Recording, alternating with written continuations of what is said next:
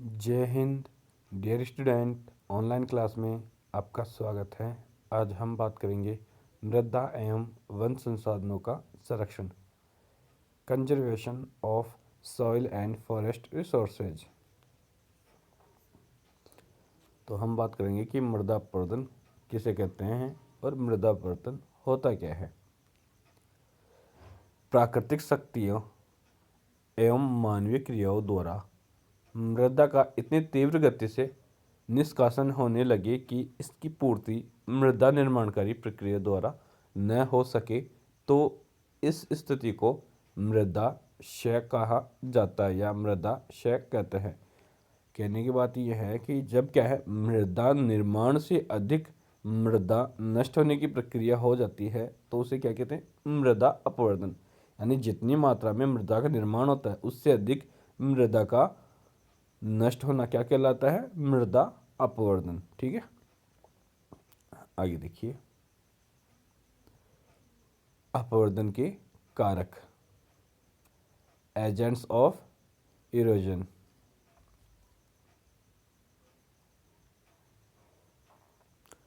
प्रकृति में मृदा अपवर्तन विभिन्न कारकों द्वारा होता है। जो प्रकृति है, प्रकृति में जो मृदा अपवर्तन है वो विभिन्न कारकों के द्वारा होता है, जिनकी प्रकृति एवं गतिशीलता मृदा अपवर्तन को नियंत्रित करती है। ये कारक निम्नलिखित है। सबसे पहले बात कर लेते हैं रेन, वर्षा की। जो रेन है वो कैसे मृदा अपवर्तन को प्रभावित करती है, वर्षा कैसे मृदा अपवर्तन को प्रभावित करती है। वर्षा की बूंदों, ओलों व बहते हुए पानी में बहुत शक्ति होती है। यानी जो वर्षा की जो बूंदें हैं और ओले हैं और तीव्र गति से जो पानी बहता है उसमें बहुत अधिक शक्ति होती है, जिससे पृथ्वी सहन करके मृदा अपवर्तन को जन्म देती है। जिसे क्या है, पृथ्वी सहन करके मृदा अपवर्तन को जन्म देती है। जैसे क्या है, बरसात आई, तीव्र गति से वर्षा आई और वर्षा आने के साथ ही पानी का जो बहाव है, बहाव के साथ मिट्टी का अपवर्तन होगा। कैसे होगा, कुछ तो पानी के साथ ही मिट्टी बह जाएगी, कुछ गहरे खड्डे बनाएगी और कुछ नालियाँ बनाएगी। वो पानी की तीव्र गति के आधार पर होगा। ठीक है, जिससे पानी की गति कम है तो वहाँ पे क्या होगा, परत अपवर्तन होगा। अगर तीव्र गति से है पानी और जगह कम मिली उसे तो क्या होगा, नालीदार अपवर्तन होगा। ठीक है, तो जैसे ही पानी का जो बहाव है उसके आधार पर यह अपवर्तन होता है। तो आगे बात करते हैं वर्षा की अपवर्तनशीलता, उसकी गहनता, इंटेंसिटी एवं मात्रा पर निर्भर करती है। बहते हुए जल एवं समुद्र की लहरों में भी अपार शक्ति होती है और जब इस पानी में रेत या बजरी आदि मिली होती है तो मिट्टी काटने शक्ति कई गुना अधिक हो जाती है। यानी क्या, जब पानी में जो बहाव होता है अगर उसमें बजरी या कंकर मिले होते हैं तो उसके जो मिट्टी काटने की जो शक्ति है वो और भी अधिक बढ़ जाती है, क्योंकि वो क्या करेगी, पानी के साथ घर्षण करेगी तो वो क्या करेगी, मिट्टी को काटेगी। ठीक है, तो जैसे ही पानी में अगर बजरी कंकर मिट्टी मिली हो तो वो मिट्टी अपवर्तन और भी अधिक होने लगता है। आगे बात कर लेते हैं पवन, विंड।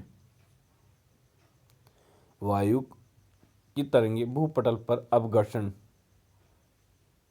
पैदा करती है, मिट्टी को अपने साथ उठा ले जाती है और ये मिट्टी के कण हवा में आपस में रगड़कर टूट फूट पैदा करते हैं, जिसे सन्निकर्षण भी कहते हैं। सन्निकर्षण का मतलब क्या होता है, जब मिट्टी के जो कण हैं हवा के साथ चलते हैं और आपस में एक दूसरे से टकरा कर ही टूटने लगते हैं, यानी उनसे छोटे टुकड़े बनने लगते हैं, तो वो क्या कहलाता है, अपघर्षण, सन्निकर्षण कहलाता है। ठीक है, सन्निकर्षण में क्या होता है कि जो टुकड़े हवा में आपस में टकरा के ही टूटते हैं तो उन्हें सन्निकर्षण कहते हैं। तो क्या है, पवन जैसे आई, मिट्टी को अपने साथ उड़ाई तो वहाँ से क्या कर दिया उसने, मिट्टी को जो मृदा थी ऊपर की उसको उड़ा के अपने साथ दूसरे स्थान पे ले जाती है। तो जहाँ से पवन ने मिट्टी को अपने साथ उड़ाया यानी मृदा को अपने साथ उड़ाया, वहाँ पे उसने क्या किया, मृदा का अपवर्तन किया। और हवा में क्या है, वो मिट्टी के कण आपस में टकरा के टूटने लगते हैं, तो वो क्या कहलाएगा, पवन अपवर्तन कहलाएगा। ठीक है, पवन के द्वारा होने वाला अपवर्तन क्या कहलाता है, पवन अपवर्तन। अब आगे बात कर लेते हैं गुरुत्वाकर्षण बल, गुरुत्वाकर्षण बल। पहाड़ी व अधिक ढाल वाले स्थानों में चट्टानें, पत्थर, मिट्टी भूस्खलन की प्रक्रिया से नीचे तीव्रता से या धीरे धीरे आते रहते हैं और इकट्ठे होते रहते हैं। यानी जो पहाड़ी क्षेत्र है वहाँ पे क्या है, जो मिट्टी है और जो पत्थर है, चट्टानें, वो क्या है, भूस्खलन की प्रक्रिया के दौरान धीरे धीरे नीचे आते रहते हैं, जिससे भी क्या होता है, अपवर्दन होता है, मृदा अपवर्दन होता है। अब आगे बात कर लेते हैं हिमनद, ग्लेशियर्स। काफ़ी ऊंचे व बर्फीले पहाड़ों पर हिम शिलाएं जब खिसकती है तो चट्टानें व रास्तों में अपवर्दन करती चलती हैं। निक जो काफ़ी ऊंची व बर्फीली पहाड़ियों पर हिम शिलाएं जब खिसकती है तो चट्टानें व रास्तों में अपवर्दन करती है, तो वो अपने साथ क्या है, मिट्टी, कंकर, पत्थर सबको एक साथ अपने साथ ले आती है। जो हिमशिलाएँ होती है काफ़ी बड़ी मात्रा में पहाड़ों से नीचे आती है। जब ये बर्फ़ टूटती है तो बहुत तीव्र गति से नीचे आती है और काफ़ी अधिक मात्रा में आती है।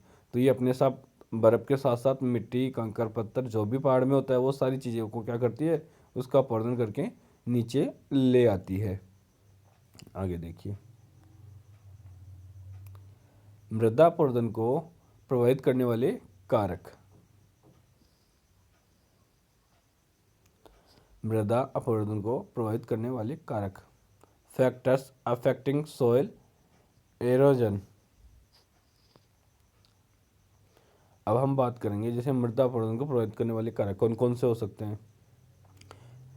जलवायुवीय कारक हो सकते हैं, स्थलाकृतिक कारक हो सकते हैं, वनस्पति कारक हो सकते हैं, मानवीय कारक भी हो सकते हैं, क्योंकि जो अपवर्दन है, अपवर्दन को जलवायु जैसे पवन, वर्षा, ये प्रभावित करती है। मानव भी इनको प्रभावित करेगा। स्थलाकृति जैसे जहाँ ढाल अधिक होगा वहाँ पे अपवर्दन अधिक होगा, तो ढाल भी इनको प्रभावित करता। वनस्पति, जहाँ पे वनस्पति कम होगी वहाँ पे अपवर्दन अधिक, जहाँ पे वनस्पति ज़्यादा होगी वहाँ पे अपवर्दन कम होगा, तो इसलिए से वनस्पति भी इसे प्रभावित करेगी। तो देखिए, मृदा अपवर्दन प्रकृति में विभिन्न परिस्थितियों में विभिन्न कारकों द्वारा होता है। राष्ट्रीय सुदूर संवेदन संस्थान IIRS देहरादून के जल संसाधन प्रभाग के अनुसार प्रमुख कारक निम्नलिखित है। यानी जो प्रमुख कारक है वो निम्नलिखित है। अब सबसे पहले बात कर लेते हैं जलवायुवीय कारक, क्लाइमेटिक फैक्टर्स। जलवायुवीय कारक, क्लाइमेटिक फैक्टर्स, इसमें वर्षा मतलब रेनफॉल, यानी जो वर्षा है वो भी अपवर्दन को प्रभावित करती है, यानी अपवर्दन करती है। इसमें वर्षा की तीव्रता और उसकी मात्रा पर निर्भर करता है कि अपवर्दन कितना होगा। ठीक है, आगे बात कर लेते हैं तापमान, टेम्परेचर। तापमान भी मृदा का क्या करता है, अपवर्दन करता है। कैसे, जो अपक्ष होता है वो तापमान पे आधारित होता है, तापमान और वर्षा पे। जैसे क्या है, कोई चट्टानी पड़ी है जिसपे क्या है, दिन को तो बहुत अधिक 50 से ऊपर टेम्परेचर चल जाता है और रात को माइनस में तापमान चला जाता है, तो इससे क्या होता है, जो चट्टानें हैं वो टूटने लगती है। ठीक है, इतना तापमान सहन नहीं कर सकते एकदम से तो अधिक, और रात को बहुत ही ज़्यादा कम, तो वो चट्टानी क्या होती है, ढीली होती है और वो टूट जाती है, इसलिए तापमान के द्वारा भी अपवर्दन होता है। पवन विंड, यानी जो पवन है, पवन भी मृदा का अपवर्दन करती है। पवन अपने साथ मिट्टी को उड़ाकर एक स्थान से दूसरे स्थान पर ले जाती है। आर्द्रता, ह्यूमिडिटी प्रमुख है। जल वर्षा की मात्रा, तीव्रता, अवधि एवं वितरण अपवर्दन को प्रभावित करते हैं। यानी जो जल वर्षा की मात्रा, तीव्रता, अवधि और वितरण अपवर्दन को प्रभावित करते हैं। इसी तरह तापमान एवं पवन भी मृदा अपवर्दन के स्वरूप एक दूसरे को प्रभावित करते हैं। इसी प्रकार जो तापमान है और पवन भी मृदा अपवर्दन के स्वरूप एवं दर को प्रभावित करती हैं, यानी कितना, कैसा अपवर्दन होगा और कितनी मात्रा में अपवर्तन होगा। इसे तापमान और पवन प्रभावित करते हैं। ठीक है, आगे देखिए स्थलाकृतिक कारक टोपोग्राफिकल फैक्टर्स।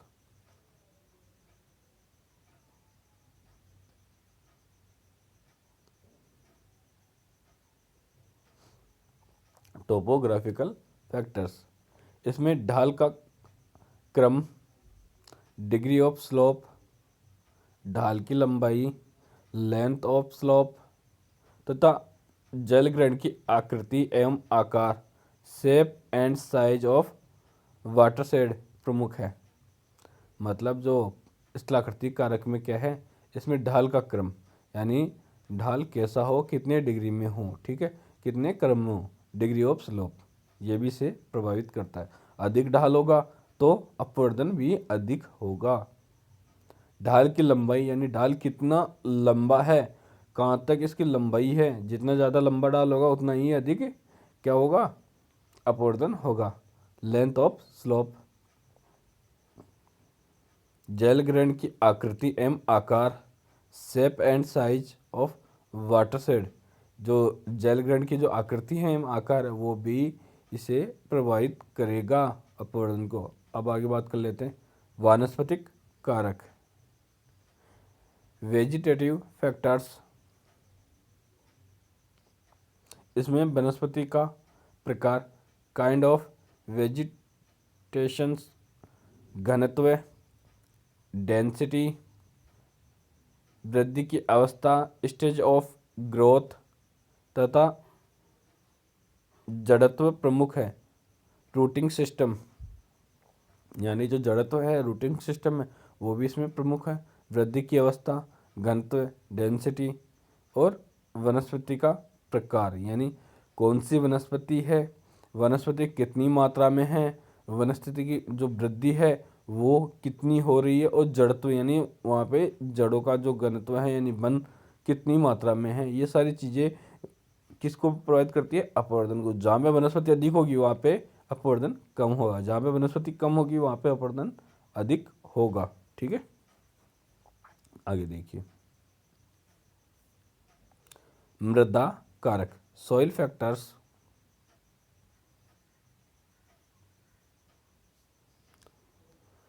सॉइल फैक्टर्स इसमें मृदा संरचना, सॉइल स्ट्रक्चर, गठन, टेक्सचर, जैविक पदार्थ, ऑर्गेनिक मैटर,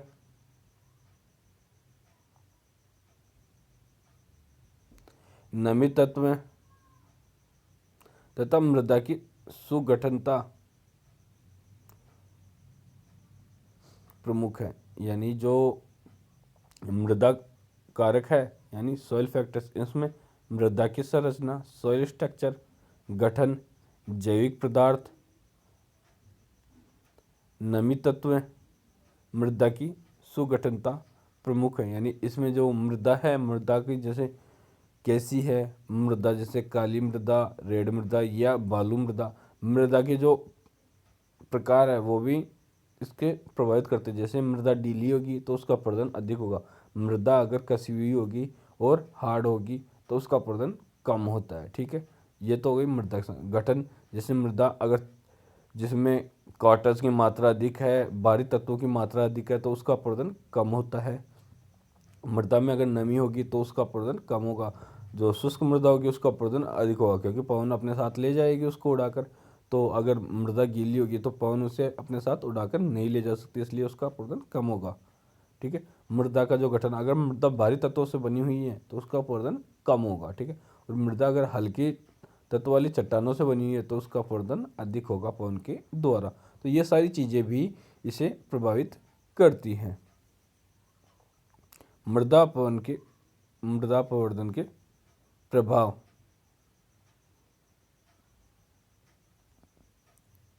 मृदा अपवर्तन के प्रभाव, अब देखेंगे हम मृदा अपवर्तन के प्रभाव कौन कौन से हैं।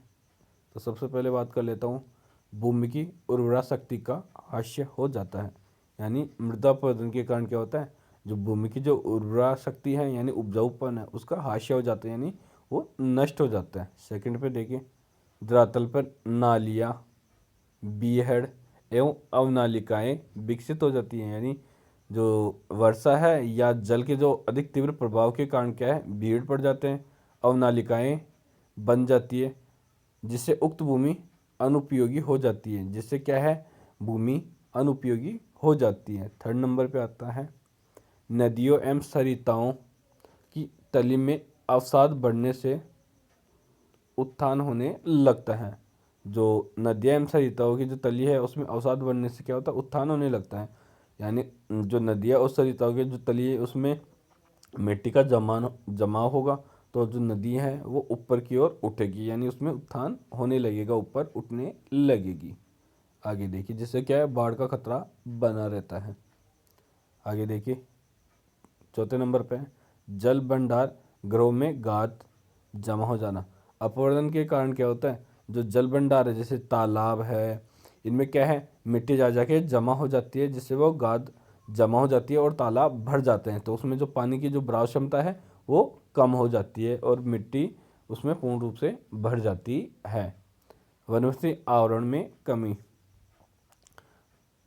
मिट्टी अपवर्तन के कारण क्या होता है, ऊपर का जो भाग है वो अनुपजाऊ हो जाता है, जिसके कारण उसमें वनस्पति नहीं उग पाती। जिससे क्या है, जो नवीन वनस्पति वो उग नहीं पाती या उनका विकास पूर्ण रूप से नहीं हो पाता, जिससे क्या है, वनस्पति आवरण में कमी आती है। 6 नंबर पे देखिए, वनस्पति आवरण हास्य के कारण पारिस्थितिकीय तंत्र विकृत हो जाता है। यानी वनस्पति के जो आवरण के कारण जो पारिस्थितिकीय तंत्र है वो विकृत हो जाता है, वो टूटने लगता है। 7वें नंबर पे देखिए, पर्वतीय एवं मैदानी भागों में अपवर्तन में मृदा समाप्त हो जाती है। पर्वतीय और मैदानी भागों में अपवर्तन से मृदा समाप्त हो जाती है। जो पर्वतीय भाग है और मैदानी भाग में अपवर्तन होगा तो वहाँ की जो मृदा है, उपजाऊ मृदा, वो क्या है, समाप्त हो जाती है। 8वें नंबर पे देखिए, मृदा की उत्पादकता में हास्य होता है। जो मृदा की जो उत्पादकता है उसमें हास्य होता है मृदा अपवर्तन के कारण। ठीक है, आगे देखिए, मृदा जमाव से चारागाह, कृषि भूमि, सड़कों आदि को नुकसान होता है। जो मृदा जमाव है इससे क्या है, चारागाहों में मृदा आ जाएगी तो वो नष्ट हो जाएंगी। यानी चारागाह जहाँ घास है उनके ऊपर मिट्टी आके, नवीन मिट्टी आके बिछ जाती है तो वो घास नष्ट हो जाती है, सूख जाती है। सड़कों पे मिट्टी आ जाएगी तो सड़कें क्या होगी, नष्ट हो जाएगी। वहाँ पे क्या है, सड़कों पे मिट्टी जमा होने से सड़क नीचे दब जाएगी और मिट्टी ऊपर हो जाएगी तो सड़कों को नुकसान पहुँचता है। कृषि भूमि में मिट्टी आके जमा हो जाएगी तो वो क्या है, अनुपजाऊ मिट्टी वहाँ पे आके जमा हो जाएगी, जिससे क्या है, जो उपजाऊ मिट्टी है वो नीचे चली जाएगी, जिससे क्या है, कृषि में उतनी फसल पैदा नहीं हो पाएगी, जिससे क्या है, कृषि में नुकसान उठाना पड़ेगा। 10वें नंबर पे देखिए, मरुस्थलीकरण की प्रक्रिया त्वरित अवस्था में आ जाती है। यानी जो अपवर्तन कारण जो मरुस्थल की जो प्रक्रिया है वो बढ़ने लगती है, त्वरित अवस्था में आ जाती है, यानी उसका विकास होने लगता है, वो तीव्र गति से बढ़ने लगती है, यानी मरुस्थल का जो विस्तार होने लगता है। आगे देखिए, प्राकृतिक प्रकोप, बाढ़ सुखाड़ में वृद्धि। यानी मृदा अपवर्तन के कारण क्या होता है, प्राकृतिक प्रकोप देखने को मिलता है, जिसमें बाढ़ और सूखों में वृद्धि। अगर नदियों में मिट्टी का जमाव अधिक हो जाएगा तो क्या होगी, बाढ़ आएगी। और अगर मृदा अपवर्तन खेतों से हो जाएगा तो क्या होगा, खेती नहीं हो पाएगी, फसलें उत्पन्न नहीं हो पाएगी, उतनी मात्रा में अनाज नहीं होगा, जिससे क्या होगा, अकाल पड़ जाएगा। ठीक है, तो ये सारी चीज़ें क्या है, मृदा अपवर्तन के प्रभाव थे। इनसे ये मृदा अपवर्तन के कारण ये सारी चीज़ें हो सकती है और होती है। ठीक है, तो जय हिंद। आज के लिए इतना ही, आगे हम बात करेंगे नेक्स्ट वीडियो में।